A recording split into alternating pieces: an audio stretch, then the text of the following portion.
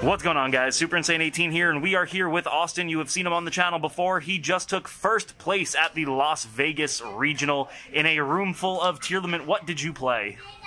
Best deck, Spright. All right, you want deck till it dies. You want to do your shoutouts now? You want to save them till the end? I'll save them till the end. All right, awesome. Let's go ahead and show them the video or the profile. All right, I'll start off with the two best Spright cards in the deck: Blue and Jet. 3 of each, of course. Flip them around so that they're facing the camera. Yeah. 3 Jet, 3 Blue.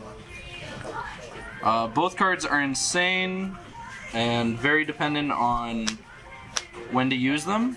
Usually you want to use Blue to search Pixies with Elf or just hard opening it. It's the best extender in the deck. But sometimes you want a Jet for the starter, depending on what you're playing against. And then play one of each of the other sprites. 1 carrot, 1 red, 1 Pixies. Pixies probably won me the most games, just because people try to make Zeus and they get greedy attacking into your monsters in attack, and then you damage step Pixies from the hand, or you search it in the right before the battle phase. It's pretty insane. And then 3 Spright starter, 1 double cross, 1 smashers. Starter is the best card in the deck. If you don't open it and you're going second, you usually lose pretty much instantly. Double cross, I searched every single time. I don't think I lost a single game that I opened or searched double cross. Anytime this card resolved or I searched it, it won the game. And then smashers is broken going second for clearing boards and stuff like that. Only once today did I have to banish from the hand to play around the tier field spell, so they didn't just pop my board. So that came up once, and then 3 Swap Frog, 3 of the Nimble Beaver, and 2 of the Nimble Angler. I used to play 2 Swap Frog, and then I upped it to 3 because you just play so many waters in the deck that you're specialing it all the time, and if you ever special it, you could just go for the line where you leave it on field for Sprint, summon 2 more Beavers, and then you swap, bounce the Beaver, normal the Beaver, and you get 2 extra bodies that way, and it's just so much better. And if you see it, you don't have to waste your Gigantic on a swap. Most of the time my end board would be like Elf, Toad, Red Carrot, Trap, because I played the extra swap. And it just makes it so you don't instantly lose to normal summon Pop with the field spell, stuff like that. 2 Anglers definitely correct though. I had to summon it off Beaver a lot, and only once did I open 2.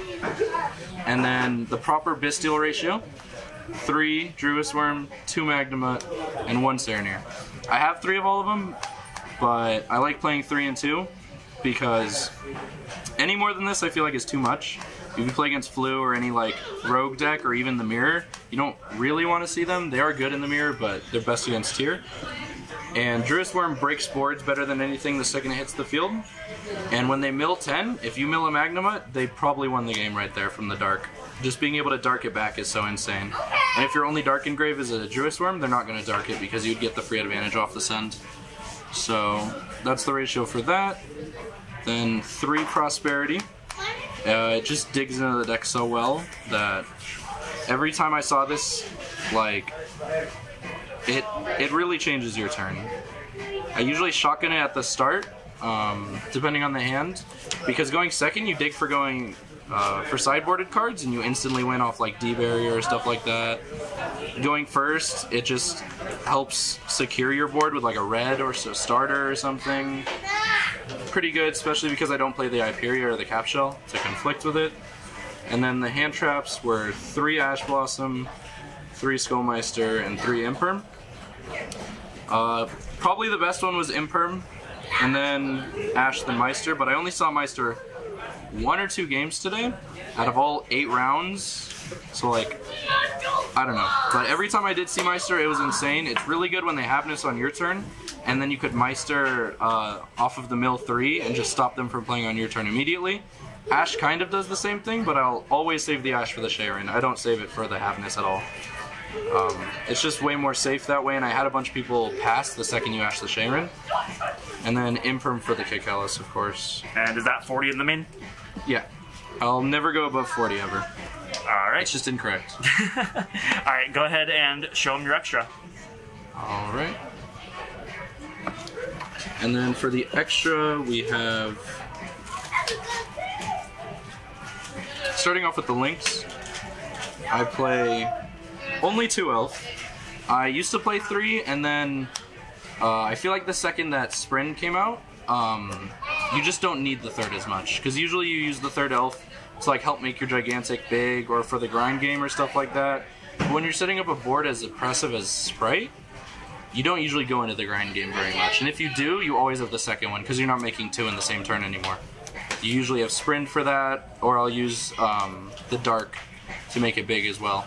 Because Dark summoning Magnemite or anything is just insane for follow-up.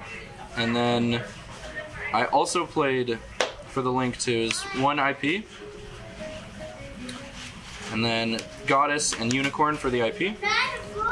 Goddess I really like because it helps clear boards, and if you ever play against Rogue, like a Towers monster or something, it clears that, it checks that. And a lot of people don't expect it either. So if they have like a Kaleido on field or something, and you could just spam out Nimbles, you could just go straight into this before startering, and then you have a free negate, Dark Rulering their board, and a starter setup to help OTK and stuff like that. I really love Goddess. Unicorn I made once just because of the attack stat. It helps get over Baguska and shuffle Baguska and stuff like that, because you instantly lose to that. IP I never made, but I don't know if I would keep it or not. I feel like it's good just for clearing like a Bystial and a Nimble laying on your board that you can't do anything else with. And then for the Xyz, I played standard 2 gigantic. You never need 3. I only summoned the second one a couple times. You usually just need the 1. Second one just is for killing. Then I played the Toad, favorite card in the deck. The Mannequin Cat for summoning the sideboarded cards. And even if you have extra bodies and you don't want to go into an IP, you could just summon it, because it could reborn your Toad again, because all the tiers are Aquas. So it's just another way to reborn Toad. It's also 2k, so it gets over most things. Like, it's pretty good. Probably one of my favorite cards. Djinn Buster, never summoned it. Usually if I have 2 guys, I'll summon Cat or the IP. So it just never came up, but it was still a good option for going against tier if you need another Monster Negate, or Flu specifically. And then the other cards were Onibamaru and the Zeus package. Onibamaru I used once just to clear a Kaleido and help swing for game, but other than that it's mainly for Flu, which I didn't play any Flu. I've still never played against a Flu player at an event, surprisingly. It's just it was 6 tier today and 2 Spright. Alright, let's go ahead and show them the side, but before we do, I just want to show you guys this guy over here who took 4th, and he's over here having a complete aneurysm looking at this deck profile and hearing these hot takes about never making IP. So fucking dog. And he's like sitting over here losing his mind, like, how did you not make IP? How did you not make Djinn Buster? And like, I just think it's hilarious. So let's go ahead and go into the side deck now. Alright, first off, I'll start off with the card that I don't actually play, 3 Shifter. I opened it 1 or 2 games total in all 8 rounds, and I put it in every time I went 2nd or 3rd except the mirror. And I only saw it once or twice, but when I did see it, I had Swap Angler. And normally Swap Angler is just better if you're trying to go for the OTK, but Shifter is good if you want to like go for the safe play. But I never activated it a single time. But it's necessary, that it's dumb against tier if you ever draw going 2nd. And then 3... evenly matched. A lot of people don't like this because I play the Bystials and they conflict with summoning them. But usually your Bystials are getting shut down by their Bystials and stuff like that. And then evenly, if you do open it, you just don't summon the Bystials immediately.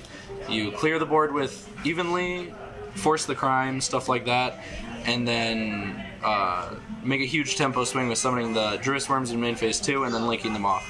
So evenly was probably my favorite card. And Droplets.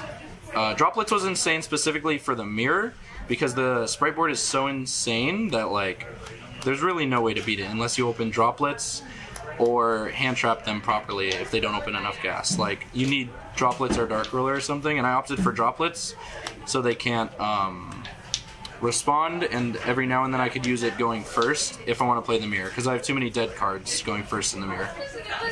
And then 2 Cosmic, 2 D Barrier, 1 Resonator, and 1 Testudo. The Cosmics didn't really come up. I cited them against Tier only. The D-Barriers, anytime you saw them, you won the game. It's just probably the best card right now in the sideboard easily. Red Resonator, I won a few games in time because this time rules are stupid. I would summon it for 3,200, and then I got Lightning Stormed, and I just reborned it where Elf pointed, and chained Elf to summon another monster in defense to gain another huge amount. And that mattered. If you ever open it, though, it's just an extender, so it's fine. And then Testudo, I won like 3 games with against Tier. Some people cut it. I think it's still the best card in the deck. Because summoning it off Cat, they just can't play around it, and then if it's game 3, you just keep gaining life with the Resonator. Alright, awesome. Is there anything that you would change, or you think everything's solid? I like everything in the sideboard for sure. I always cited in these 6 against Tier going second, specifically, and then Spright, it was like these and the D-Barriers, and that's it, going first or second.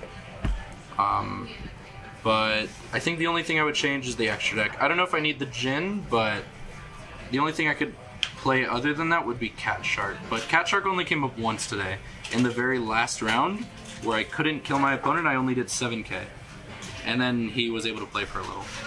Alright, well, I mean, at the end of the day, it didn't matter because you took first. This is your first regional win. You want to go ahead and give the shout-outs?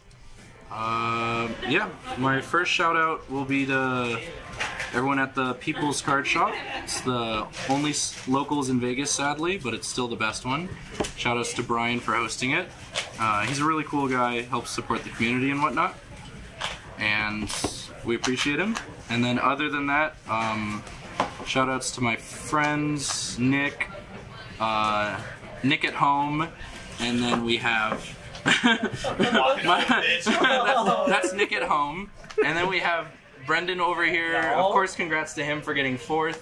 Not first, but when you play Ibly, it makes sense. And then, you know, yeah, pretty much shout-outs to everyone for like helping me playtest. I've been playing this since like day 1, and I've been grinding it all the time with them, and like, shout-outs to them. Alright, well, thank you so much. Congratulations on your win. You guys know the deal. If you liked it, make sure to hit that subscribe button, hit the notification bell, like, comment, share with your friends, maybe consider supporting me on Patreon. Thank you guys so much, and we will see you in the next one.